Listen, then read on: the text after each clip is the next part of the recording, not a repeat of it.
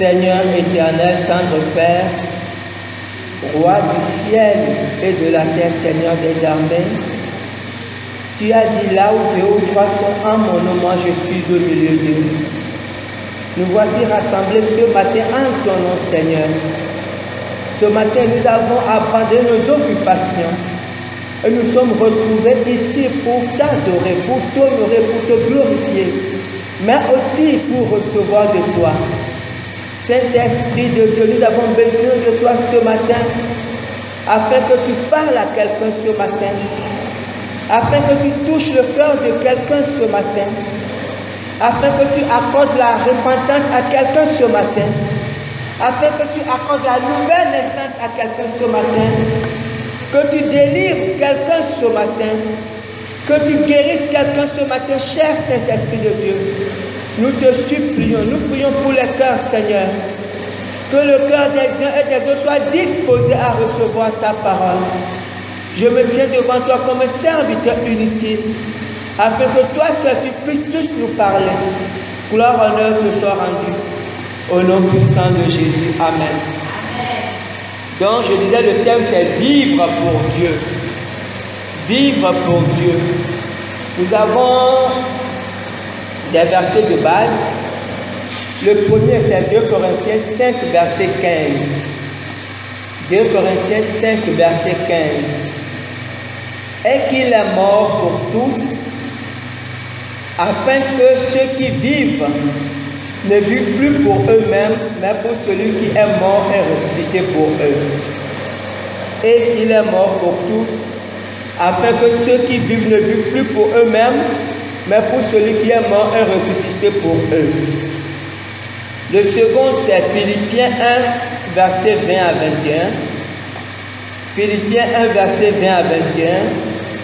Selon ma ferme attente et mon espérance, que je n'aurai honte de rien, mais que maintenant, comme toujours, Christ sera glorifié dans mon corps avec une pleine assurance, soit par ma vie, soit par ma mort, car Christ est ma vie et la mort m'est un gain.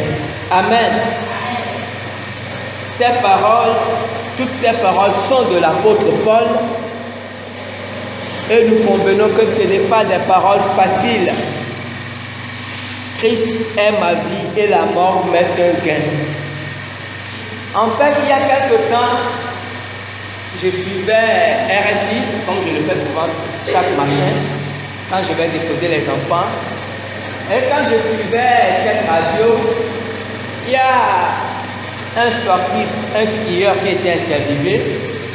Donc lorsqu'il parlait de son sport, c'est un sportif de haut niveau, il parlait de son sport et puis il a dit qu'en fait qu'il vit pour son sport. Lorsqu'il a dit qu'il vit pour son sport, le Saint-Esprit m'a un peu interpellé sur ce qu'il a dit et il m'a fait comprendre 2 choses. Il m'a fait comprendre que cette personne, en fait, le fait qu'il dise qu'il vit pour son sport implique déjà que dans sa vie de tous les jours, il ne peut mieux s'entendre qu'avec les gens qui aiment un peu son sport. Il ne peut être vraiment ami qu'avec des gens qui aiment son sport, et même qu'il ne peut se marier qu'avec une femme, c'était un homme, qu'avec une femme qui aime ce sport. Sinon, tôt ou tard, ils auront des problèmes. Parce que lui, sa vie, il a dit que lui, sa vie, c'est pour son sport. Il se consacre entièrement à son sport. C'est sa vie. C'est un champion dans son domaine.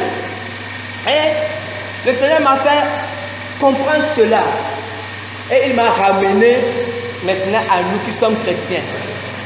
Et l'Esprit me dit, voilà quelqu'un au moins qui sait ce pourquoi il vit. Il sait ce pourquoi il vit et il se consacre à cette chose. Amen. Vous savez, en réalité, sans se rendre compte, peut-être sans en être conscient, chacun vit forcément pour quelque chose. Tous autant que nous sommes, ou tous les hommes sur la terre, chacun vit forcément pour quelque chose. La majorité d'entre nous, où la plupart des hommes vivent en réalité pour eux-mêmes. Ils vivent pour leur plaisir, ils veulent avoir une bonne vie, une belle vie, avoir beaucoup de choses. Ce qui fait que leur vie tourne autour d'eux-mêmes. Mais il y a une autre catégorie de personnes. Et ces personnes, on les voit un peu en Afrique, on les voit un peu en Amérique latine et aussi un peu en Asie. Ils vivent pour leur famille. Parce que souvent les Européens ne vivent pas pour leur famille, les Européens vivent souvent pour eux-mêmes. Leur vie, c'est pour eux-mêmes, c'est pour leur bonheur personnel. Hein, c'est le capitalisme qui a fait ça. Tant qu'ils sont heureux, c'est que tout va bien. Mais un peu en Afrique, un peu en Asie et un peu en Amérique latine et peut-être dans d'autres régions, les gens vivent pour leur famille. En fait, les gens sont beaucoup intéressés ou même beaucoup préoccupés par ce que pense leur famille. Ils font des choses et quelquefois c'est très difficile chez les latinos et chez les asiatiques. Quand leurs familles ne sont pas satisfaits, ils ne sont pas heureux. Donc c'est que toute leur vie est un peu consacrée pour leur famille. Ce n'est pas une mauvaise chose. Maintenant, il y a d'autres catégories de personnes. Et cette catégorie est très très infime. Elle est très rare. Ce sont des gens qui vivent pour les autres ou des gens qui vivent pour le bonheur commun. Et dans cette catégorie, on peut prendre l'exemple de Nelson Mandela. Vous savez, Nelson Mandela est quelqu'un qui est admiré, on peut le dire comme ça, ou qui est respecté, en tout cas il est respecté du monde entier.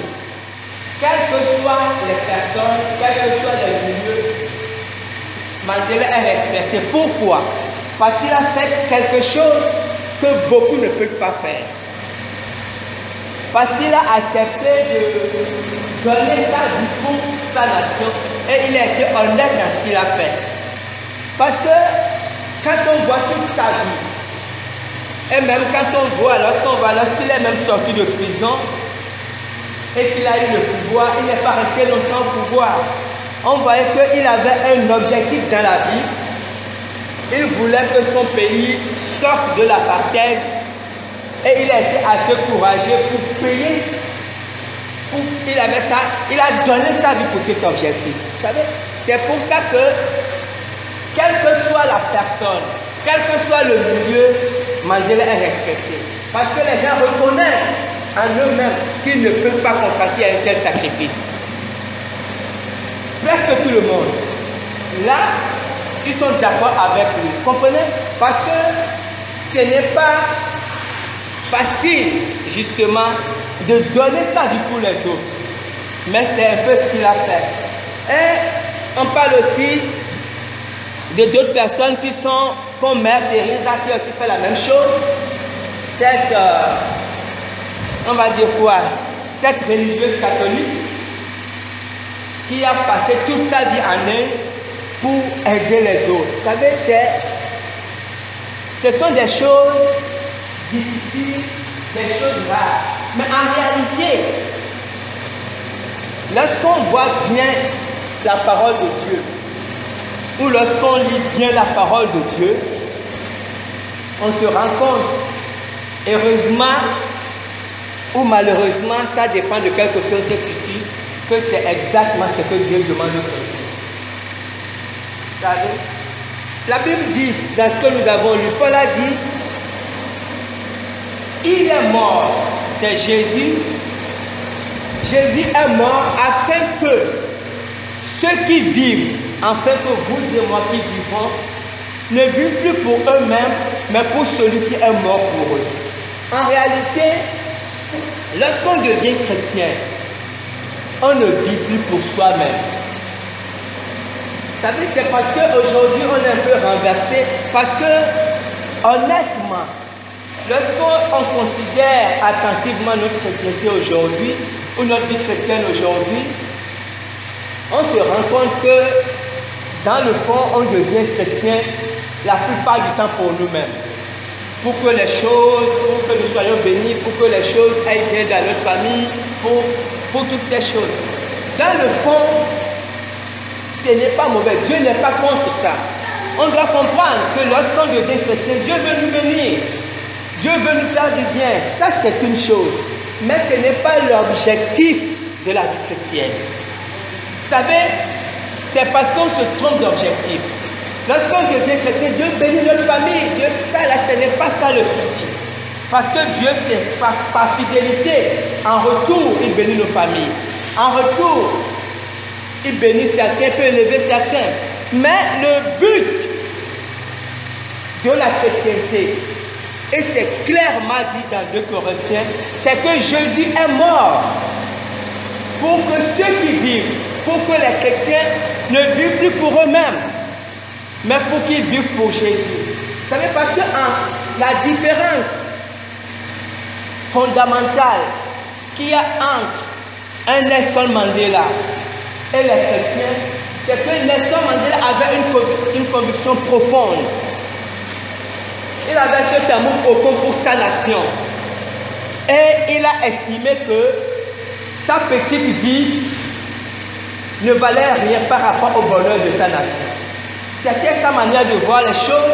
Et il a sacrifié sa famille parce qu'on a vu, il avait une famille, il avait sa jolie femme unie, mais après, tout est parti en vrille parce que tout est parti dans tous les sens. Il a pratiquement perdu sa femme.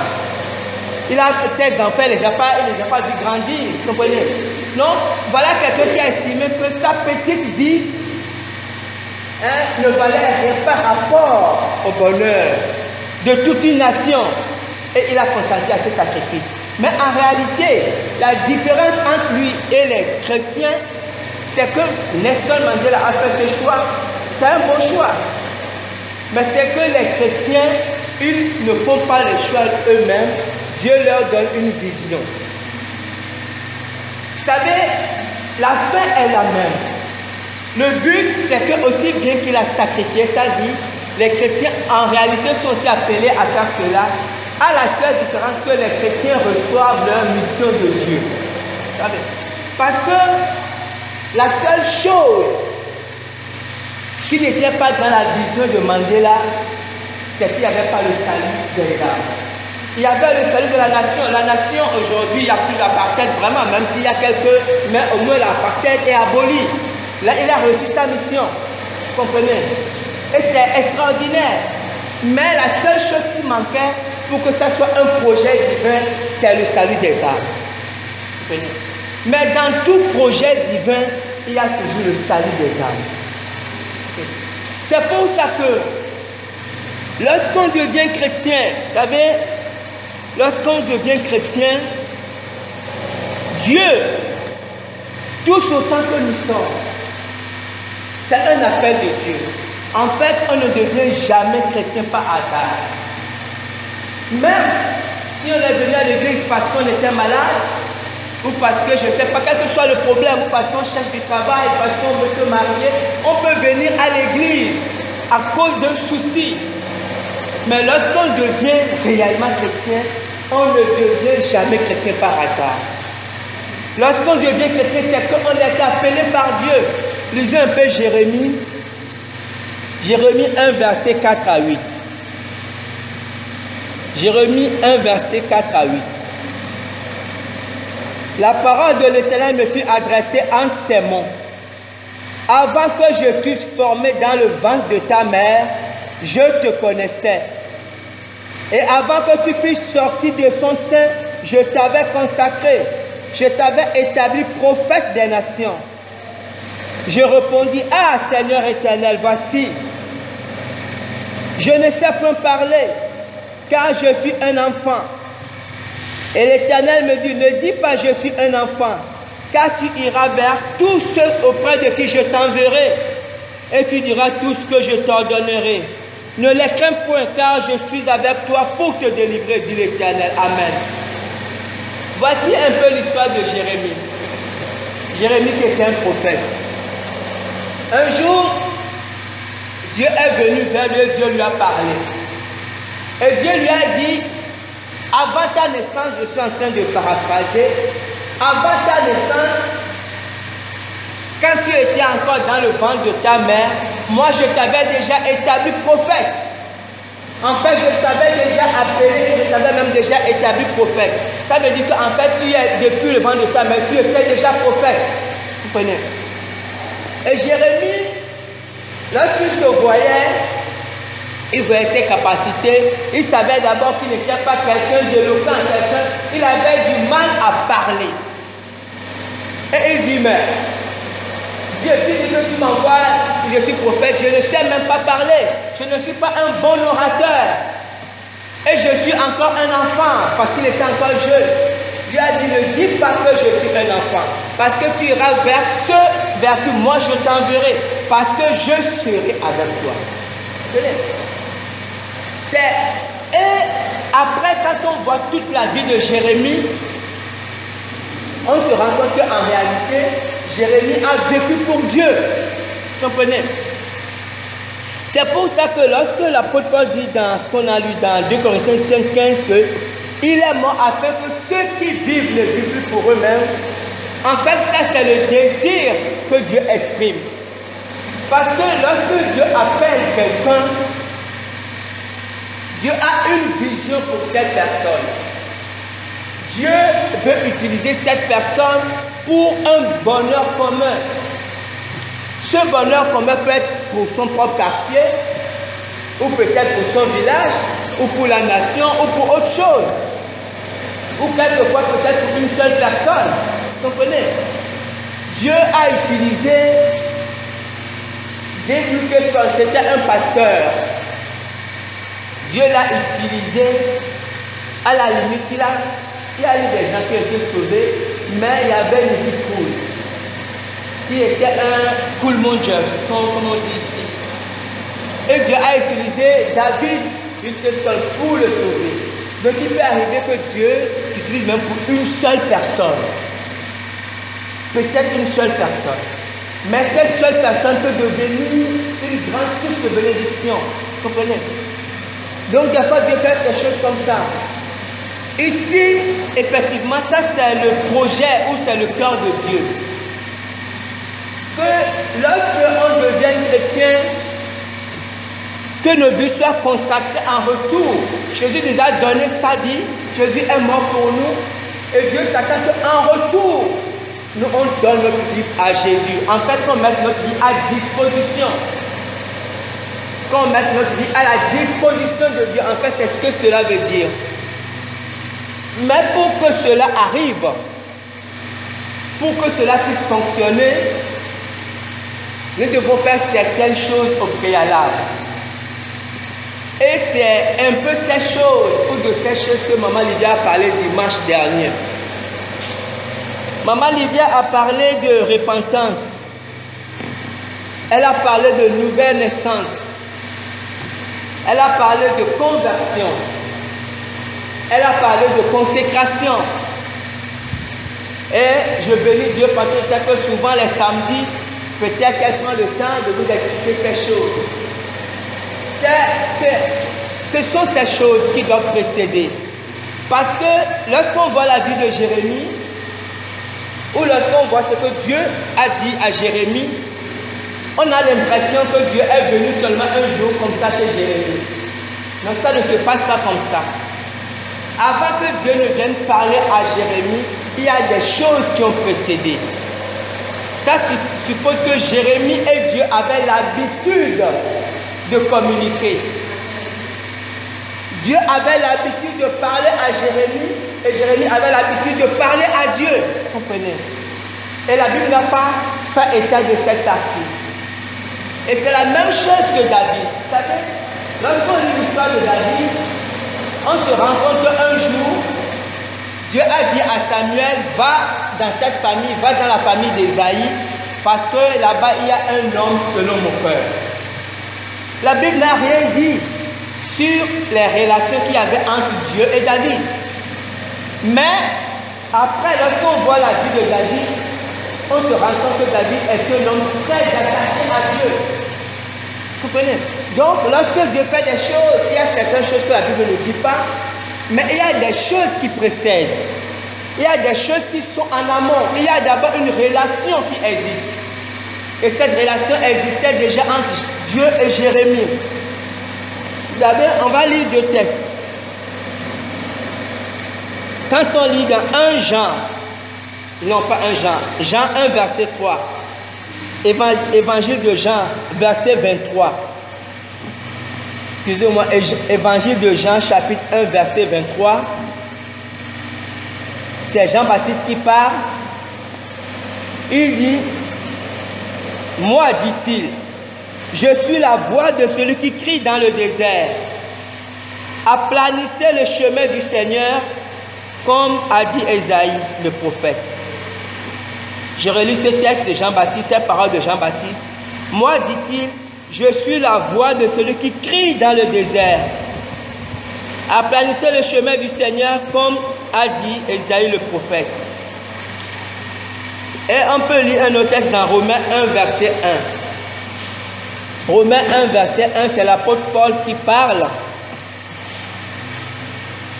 Paul, serviteur de Jésus-Christ, appelé à être apôtre, mis à part pour annoncer l'évangile de Dieu. Paul, serviteur de Jésus-Christ, appelé à être apôtre, mis à part pour annoncer l'évangile de Dieu. Vous savez, d'abord, quand on voit la vie de Jean-Baptiste et la vie de Paul, en réalité, tous les deux ont vécu pour Dieu. Jean-Baptiste a vécu pour Dieu, l'apôtre Paul aussi a vécu pour Dieu. Mais ici, les deux nous font comprendre quelque chose de très important. Jean-Baptiste, lorsqu'on voit sa vie, la Bible nous parle seulement qu'il allait dans le désert. On ne connaît pas grand-chose de sa vie, à part sa mission, on peut dire ça comme ça. Ce qui fait que la Bible a mis seulement l'accent sur sa mission, vous comprenez? Parce qu'en fait, c'est sa mission qui déterminait sa vie. Et lorsqu'il se présente lui-même, il dit, moi je suis la voix de celui qui crie dans le désert. En fait, c'est une manière de dire, voici le sens de ma vie. Le sens de ma vie, c'est d'annoncer l'évangile. C'est de crier dans le désert. En fait, dans cette parole de Jean, on retrouve deux choses. La première chose, ça définit ce que Jean-Baptiste est. Il est évangéliste. Parce qu'il annonce l'évangile. Donc on voit d'abord le ministère. Tout à l'heure, quand on lisait Jérémie, Dieu a dit quoi? Que je t'ai établi prophète. Il était prophète. Et Jean-Baptiste, il est la voix de celui qui crie dans le désert. Donc il est évangéliste. Et on voit d'abord ça. Et sa mission, c'est de crier dans le désert. Il précédait Jésus. Donc voilà Jean-Baptiste. Et toute sa vie a tourné autour de ça. Parce que vous savez, Jean-Baptiste, plus tard, lorsqu'il était en prison, parce qu'il était emprisonné, et quand il entendait, il apprenait ce qui se passait avec Jésus, il a envoyé ses disciples demander à Jésus s'il était celui qui devait venir. En fait, Jean-Baptiste avait un souci. Parce qu'il a consacré sa vie pour un objectif. Il a consacré sa vie pour un but. Et étant en prison, il voulait se rassurer s'il avait bien rempli sa mission. Parce que c'est ce qui était important pour lui. Et Jésus a dit, allez dire à Sœur Renard, en fait Jésus a confirmé à Jean-Baptiste effectivement que c'était lui. Vous comprenez? Et quand on voit dans Romains ce que l'apôtre Paul dit, moi je suis Paul, serviteur de Jésus-Christ, donc je suis chrétien, je suis apôtre, voilà ce que je suis, et je suis mis à part pour annoncer l'évangile. Donc il dira plus tard qu'il est l'apôtre des païens. Donc aussi bien dans ce que Jean-Baptiste a dit, que dans ce que Paul a dit, on retrouve deux choses, deux petits détails. La première chose, c'est le ministère. Le ministère ressort. Vous savez, le ministère, c'est quelque chose d'important. Lorsque Dieu appelle quelqu'un, même si c'est un nouveau converti, même si c'est quelqu'un qui vient aujourd'hui, Dieu lui donne déjà un ministère. La plupart du temps, la personne ne sait pas. C'est un peu l'histoire de Jérémie. Il ne savait pas. Mais Dieu lui a dit, mais quand tu étais encore dans le ventre de ta mère, moi je t'avais déjà établi prophète. Tu étais déjà prophète. Donc c'est ça le ministère. Et Jean-Baptiste, avant sa naissance, effectivement, puisque l'ange a parlé à sa mère, il est évangéliste. Vous comprenez? Et l'apôtre Paul lui se présente. L'apôtre Paul avait d'autres dons. Parce que l'apôtre Paul a écrit pratiquement une grande partie du Nouveau Testament. Il est aussi docteur, l'apôtre Paul. Mais ce qui le définit, c'est apôtre. Quand il se présente, c'est beaucoup apôtre. Et pourtant, il a un puissant don d'enseignement, plus que les autres, vous comprenez. Il a eu de grandes révélations, l'apôtre Paul. Mais quand il s'est défini d'abord, ce qu'il est d'abord, c'est l'apôtre, vous comprenez. C'est pour dire qu'en réalité, tous autant que nous sommes, si il est vrai que nous sommes appelés par Dieu, nous avons un ministère. Des fois, nous ne le savons pas, ou nous ne le connaissons pas encore. Certains le connaissent, d'autres ne le connaissent pas. Mais à un moment donné, Dieu nous le révèle. On peut être en train de faire quelque chose, on peut être dans l'assainissement, vous comprenez? On peut aller à l'église, on peut chanter, on peut faire beaucoup de choses. Mais à un moment donné, Dieu nous révèle exactement quel est notre ministère.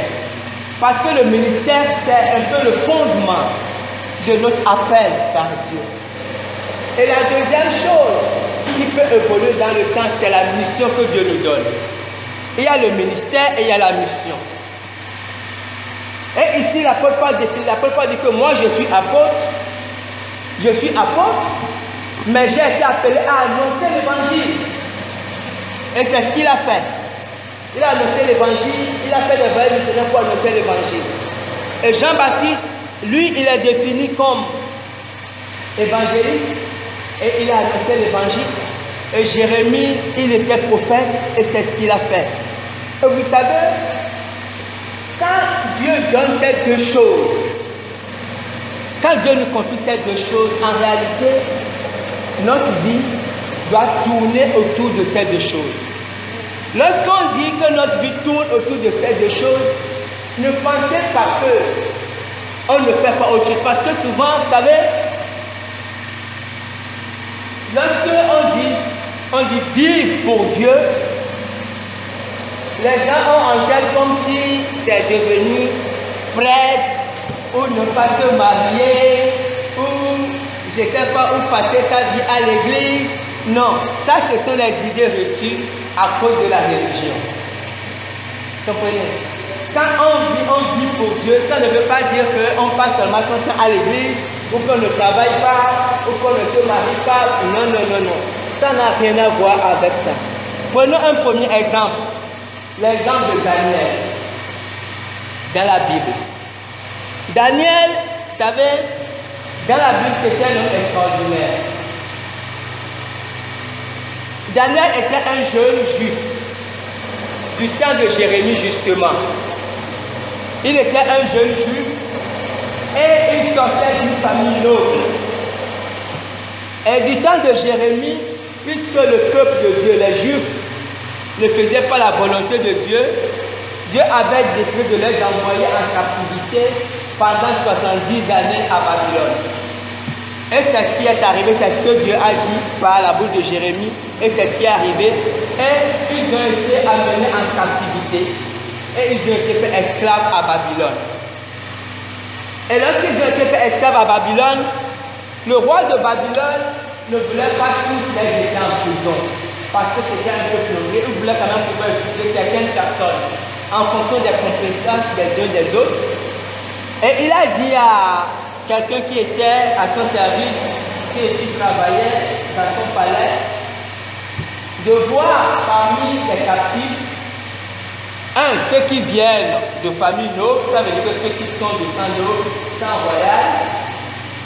Deuxième chose, ceux qui sont intelligents et qui sont corporellement, qui n'ont pas de défaut corporel, qui sont beaux, tout ça. Il dit de les mettre à part parce qu'il veut les utiliser dans son palais à son service. Et le chef des eunuques, de ceux qui travaillent dans le palais, il a fait ce choix, il a trié les gens. Et parmi ces gens qu'il a choisis, il y avait aussi Daniel et certains de ses compagnons. Ils étaient 4 en fait. Daniel et 3 autres personnes. Et il y avait aussi d'autres personnes.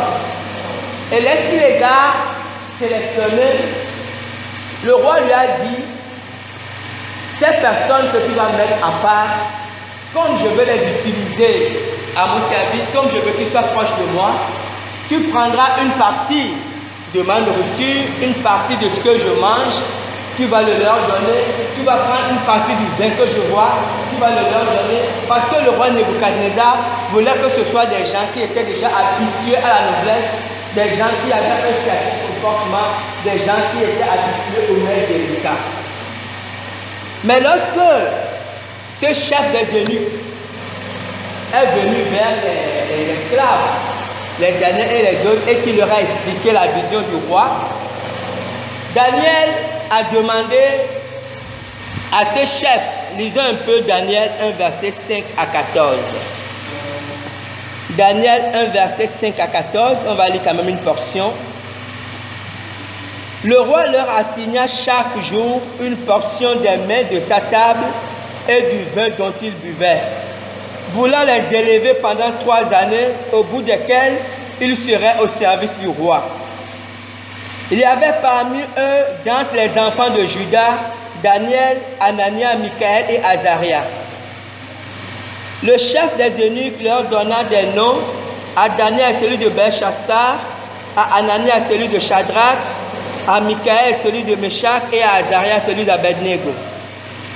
Daniel résolut de ne pas se souiller par les mains du roi et par le vin dont il buvait. Et il pria le chef des eunuques de ne pas l'obliger à se souiller. Dieu fit trouver à Daniel faveur et grâce devant le chef des eunuques. Le chef des eunuques dit à Daniel, « Je crains mon Seigneur le roi qui a fixé ce que vous devez manger et boire. Car pourquoi verra-t-il votre visage plus abattu que celui des jeunes gens de votre âge? Vous exposeriez ma tête auprès du roi. » Alors Daniel dit à l'intendant à qui le chef des eunuques avait remis la surveillance de Daniel, de Anania, de Michaël et d'Azaria. « Éprouve tes serviteurs pendant 10 jours et qu'on nous donne des légumes à manger et de l'eau à boire. Tu regarderas ensuite notre visage et celui des jeunes gens qui mangent les mains du roi et tu agiras avec tes serviteurs d'après ce que tu auras vu. » Il leur accorda ce qu'il leur demandait et les éprouva pendant 10 jours. Amen.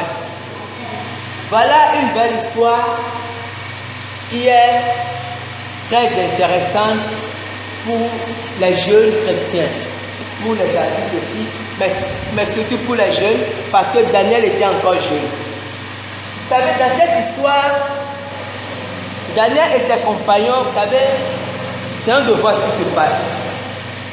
Ils étaient esclaves. Ça veut dire que leur pays a été conquis par un autre roi et ils ont été faits esclaves. Et lorsqu'ils ont été faits esclaves, le roi qui les a fait esclaves aurait pu décider de les envoyer seulement en prison ou de les tuer parce qu'il est libre. Mais le roi a décidé de sélectionner certains parmi eux et de les utiliser dans son propre palais. Et le roi a donné des ordres stricts. Il a dit à son élu, à son chef de l'élu, voici ce que tu dois faire. Et à cette époque, vous savez, ce n'est pas comme ici, dans notre époque aujourd'hui, où on parle de démocratie.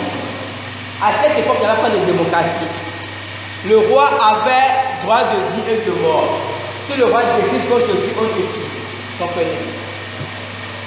Donc, ici, c'était quelque chose de très dangereux et en même temps de très délicat. Mais Daniel a dit à cet homme qu'il ne voulait pas manger cette nourriture que le roi proposait parce qu'il ne voulait pas se souiller, en fait parce que cette nourriture était contraire à sa foi. Cette nourriture faisait partie des nourritures que Dieu avait proscrites en fait tout dans le Nouveau Testament. Et lorsque Daniel a dit ça à cet homme a dit mais ce que tu me demandes est dangereux parce que la Bible dit que Dieu a fait trouver grâce. C'est que cette personne, je ne sais pas, il a de la sympathie pour Daniel. Dieu a fait en sorte qu'il ait de la sympathie pour Daniel. Il aime bien Daniel. Donc il a dit à Daniel que mais ce que tu me demandes est dangereux parce que là, si le roi voit que vous avez maigri, là tu exposes ma tête parce qu'il peut nous tuer. Il va me tuer, puis s'il me tue, là c'est pour ne pas plus de vous. Daniel a dit bon, voici ce qu'on va faire. Pendant 10 jours, tu vas nous donner seulement des légumes à manger de l'eau. Les autres peuvent manger les mains du roi. Et au bout de 10 jours, on verra, tu vas voir si nous nous portons bien. Et tu vas voir aussi comment les autres se portent. Si tu vois que nous sommes en forme, alors on va continuer avec ce régime. Vous savez, ici, Daniel a mis sa vie en jeu, la vie de ses compagnons en jeu, et même la vie de cet homme en jeu. Mais Daniel a fait en connaissance de cause. Parce que Daniel avait une certaine relation avec Dieu. Vous comprenez? Vous savez, c'est ça le fondement du chrétien. Parce que lorsque nous faisons des choses, ou lorsque nous disons des choses, nous ne pouvons pas faire des choses, dire des choses, si nous n'avons pas une certaine communion, une certaine relation avec Dieu. Mais Daniel savait que lui, en fait, il ne voulait pas pécher, il voulait honorer Dieu par son action et il comptait sur la fidélité de Dieu. Et lorsqu'on lit cette histoire, on se rend compte effectivement qu'à la fin de cette histoire, quand le roi, parce qu'après le roi devait recevoir tous les jeunes hommes, le roi devait discuter avec eux, voir s'ils sont en forme. Et la Bible dit que Daniel et ses compagnons avaient une intelligence supérieure. Ils dépassaient tous les autres, quelles que soient les questions que le roi posait, ils dépassaient tous les autres. Pourquoi? Parce qu'à la base, ils avaient mis leur confiance en Dieu. Ils étaient tous intelligents. Les autres aussi étaient intelligents. Mais ce qui faisait la différence, c'est que Daniel et ses amis avaient Dieu avec eux. Vous comprenez? Et c'est très important. Je dis que c'est bien pour les jeunes parce que les jeunes sont encore en train de bâtir leur vie. Vous allez à l'école, vous avez des projets et c'est très bien. Mais vous ne pouvez pas réussir ces choses sans Dieu. Il vous est impossible de réussir ces choses sans Dieu. Vous avez besoin de Dieu à vos côtés. Si vous marchez avec Dieu, si vous avez confiance en Dieu, Dieu va vous donner cette intelligence supérieure. Dans ce que vous ferez, que ce soit dans les devoirs, vous aurez toujours une avance sur les autres parce que vous avez confiance en Dieu. Et c'est très important. Et ça vaut aussi pour les adultes que nous sommes. Lorsque, vous savez, mettre sa confiance en Dieu, ce n'est pas aller à l'église et puis chanter des cantiques. C'est notre manière de vivre. Parce que ici, ce que Daniel a fait, il a pris un risque important. En fait, il a mis sa vie en jeu. Parce que ça aurait pu lui coûter la vie. Mais c'est parce qu'il avait confiance en Dieu. Il savait comment il marchait avec Dieu. Et Dieu l'a honoré. Amen. Vous savez, et lorsque on voit Daniel plus tard, voilà quelqu'un qui a vécu pour Dieu. C'est parce que, comme je disais, quand on dit vécu pour Dieu, on pense que c'est seulement là. Non. Daniel a vécu pour Dieu. Déjà, lorsqu'il était jeune, il mettait Dieu en priorité. C'est ce qu'on a vu. Il était face à une situation. Ce n'est pas une situation qu'il a choisie. Il était esclave. Et même dans cette condition d'esclavage, il ne voulait pas pécher. Joseph avait fait la même chose. Et plus tard, quand on voit la vie de Daniel, il était toujours là-bas à Babylone. Il était toujours esclave. Mais il a évolué. Il a évolué à Babylone. Et à un moment donné, il était gouverneur. Lisons un peu. Lisons Daniel 6, versets 1 à 5. Daniel 6, versets 1 à 5. Darius trouva bon d'établir sur le royaume 120 satrapes. Satrapes, ce sont les gouverneurs dans la Bible. 120 satrapes qui devaient être dans tout le royaume. Il mit à leur tête 3 chefs, au nombre desquels était Daniel, afin que ces satrapes leur rendissent compte et que le roi ne souffrit aucun dommage. Daniel surpassait les chefs et les satrapes parce qu'il avait en lui un esprit supérieur. Comprenez? Daniel surpassait, il dépassait tout le monde parce qu'il avait en lui l'Esprit de Dieu, le Saint-Esprit. Et le roi pensait à l'établir sur tout le royaume.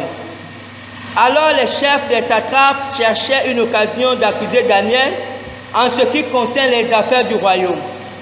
Mais ne purent trouver aucune occasion, ni aucune chose à reprendre, parce qu'il était fidèle. Et qu'on n'apercevait chez lui ni faute, ni rien de mauvais. Et ces hommes dirent, nous ne trouverons aucune occasion contre ce Daniel, à moins que nous n'en trouvions dans la loi de son Dieu. Amen. Daniel était un homme extraordinaire. Nous avons dit au début qu'il était esclave. Comprenez? Il était esclave dans un autre pays. Mais Daniel, à cause du fait d'avoir donné sa vie à Dieu, c'est ce qu'on ne comprend pas. Vous savez, je disais que quand on dit vivre pour Dieu, les gens pensent que c'est une vie bizarre. Mais lorsqu'on donne sa vie à Dieu, ou du moins lorsqu'on vit pour Dieu, on ne peut jamais rater sa vie. Je le redis. Celui qui vit pour Dieu, quel que soit à quel moment, je disais que c'est bien pour les jeunes parce qu'ils ont encore toute leur vie devant eux. C'est ça mon avantage. Parce que les adultes ont déjà passé une grande partie de leur vie. Mais ce qui reste, Dieu sait le rattraper. Comprenez? Daniel, il était jeune. C'était son avantage. Et lorsqu'il était jeune, il était déjà attaché à Dieu. Il avait déjà consacré sa vie à Dieu. Et Dieu l'a conduit. Il était esclave à Babylone. Mais étant esclave, Dieu l'a élevé parce qu'il avait un esprit supérieur. Et à un moment donné, il était connu du roi. Il faisait partie des dignitaires du royaume de Babylone. Vous comprenez? Et à un moment donné, le roi a décidé de placer des gouverneurs, 120 gouverneurs sur tout le pays. Et quand le roi a décidé ça, la Bible dit que le roi a décidé de mettre 3 personnes. Disons qu'il y a des gouverneurs, mais il y a des responsables des gouverneurs. Donc il y a mis 3 personnes au-dessus des gouverneurs là encore. Parce qu'au lieu que les gouverneurs aillent rendre compte au roi, le roi préfère que si les gouverneurs aillent d'abord rendre compte à cette personne. Comme ça, le roi ne devait pas trop se fracasser. Et parmi ces 3 personnes qui devaient être à la tête des gouverneurs, il y avait aussi Daniel. Et la Bible dit, le roi voulait même, après, confier même le royaume à Daniel. Parce que Daniel était extraordinaire. Et les autres gouverneurs, ils étaient aussi gouverneurs, étaient jaloux. Ils étaient jaloux pourquoi? D'abord, Daniel n'était même pas babylonien, il était d'abord esclave. C'est comme si, voilà,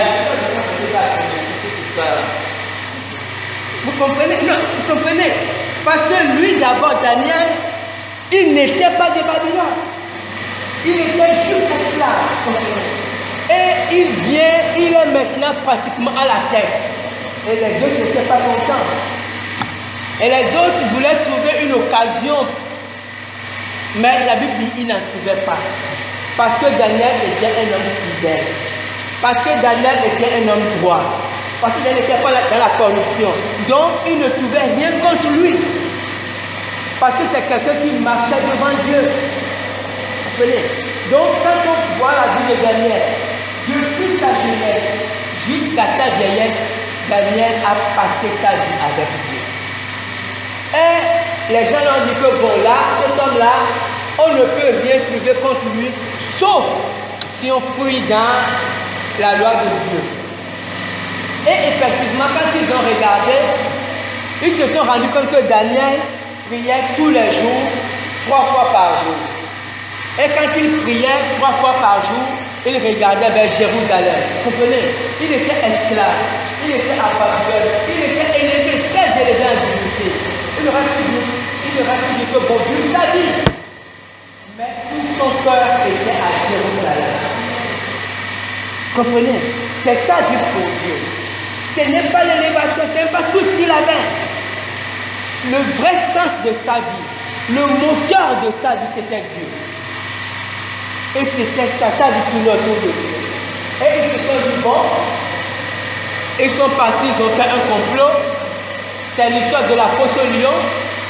Ils ont fait leur complot, ils ont dit que pendant quelques temps, ils ont fait une statue. Tous ceux qui ne vont pas adorer la statue du roi seront jetés dans la fosse au lion.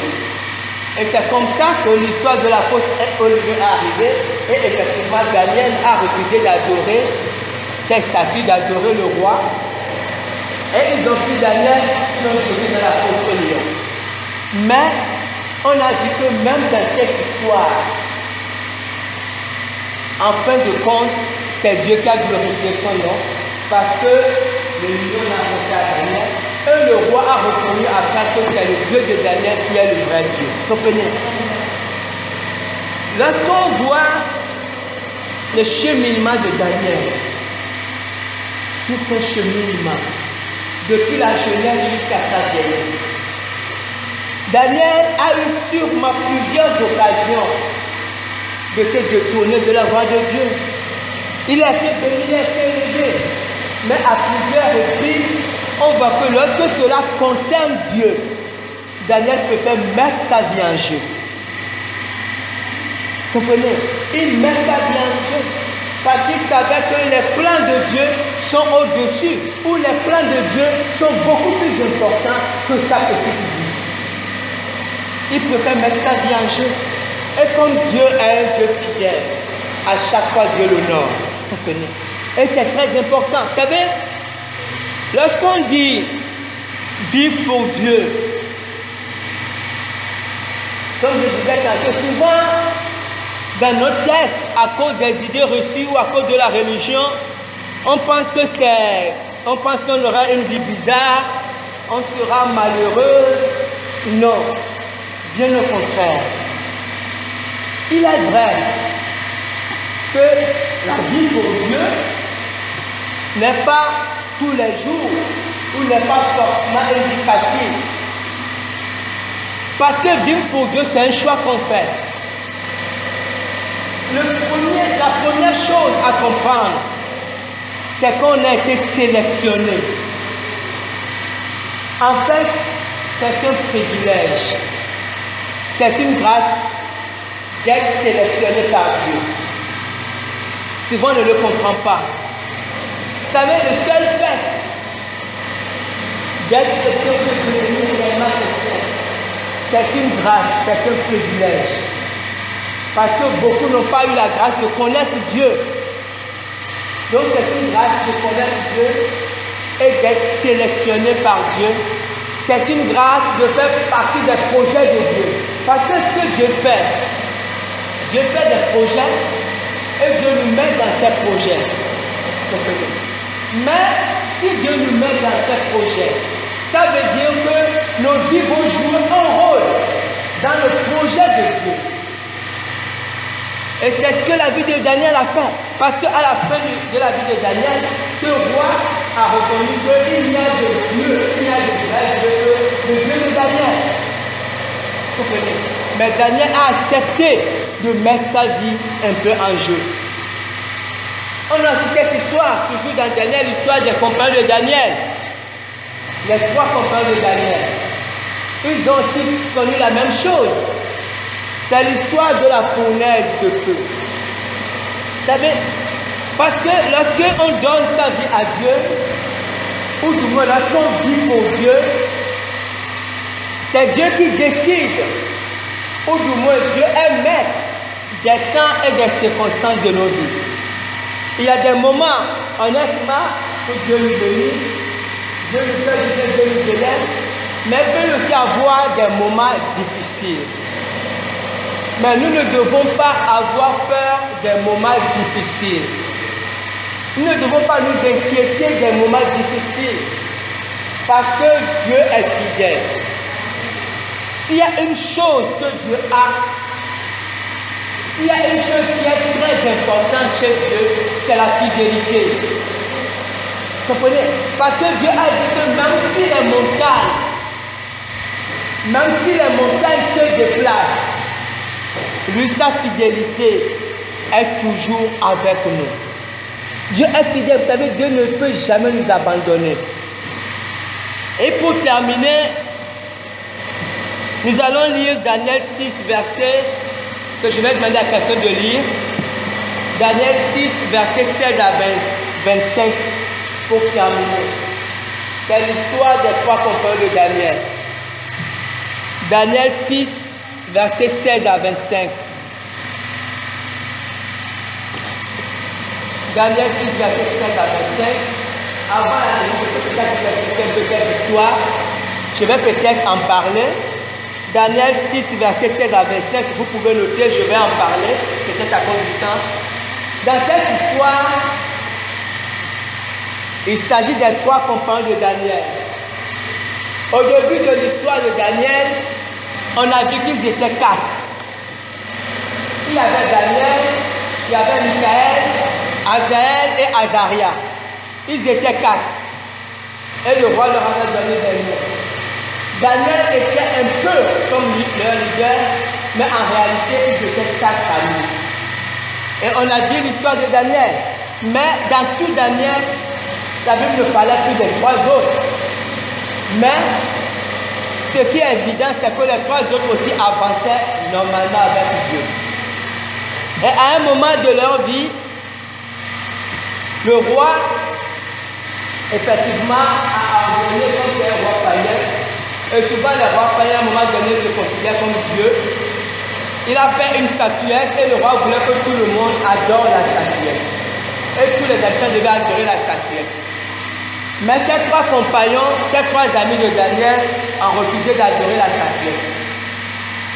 Et la consigne était que là où les personnes qui vont refuser d'adorer la statuette, on devait les jeter dans une fournaise de feu. Et comme ces personnes ont refusé de se prosterner devant et adorer, la Bible dit on les a jetés dans la fournaise de feu. Mais ce qui est important en fait, c'est que je voulais qu'on relève dans cette histoire, c'est que lorsqu'on les a jetés dans le feu, ils étaient 3. À un moment donné, le roi voyait, il se rendait compte que non seulement ils ne se consumaient pas, en fait le feu ne leur faisait rien, mais le roi voyait qu'il y avait une 4e personne dans le feu. Et le roi disait que, mais attendez, on a jeté combien de personnes dans le feu? Est-ce que ce n'est pas 3 personnes qu'on a jetées dans le feu? Mais pourquoi il y a 4 personnes dans le feu? Et la 4e personne ressemblait à un enfant de Dieu. Vous savez? En fait, par cette histoire, Dieu voulait nous montrer que quelle que soit la situation dans laquelle nous nous trouvons, il est avec nous. Dans cette histoire des 3 compagnons de Daniel, Jésus était avec eux dans le feu. Vous comprenez? C'est pour ça que le feu ne leur faisait rien. Ils étaient dans le feu. Vous savez, Dieu n'empêche pas que nous soyons dans le feu. Dieu n'a pas empêché qu'on les jette dans le feu. Mais c'est lorsqu'ils étaient dans le feu que Jésus est parti les rejoindre. Vous comprenez? Parce que quelquefois, nous avons peur des situations difficiles. Dieu n'a pas empêché qu'on jette Daniel dans la fosse au lion. Mais c'est quand il est dans la fosse que Dieu est parti le rejoindre. Vous comprenez? Donc nous ne devons pas avoir peur des situations difficiles. Dieu, des fois, laisse les situations arriver. Dieu n'empêche pas qu'on ait certaines difficultés. Mais quand nous sommes dans ces difficultés, Dieu est avec nous. Amen. Et que Dieu bénisse sa parole.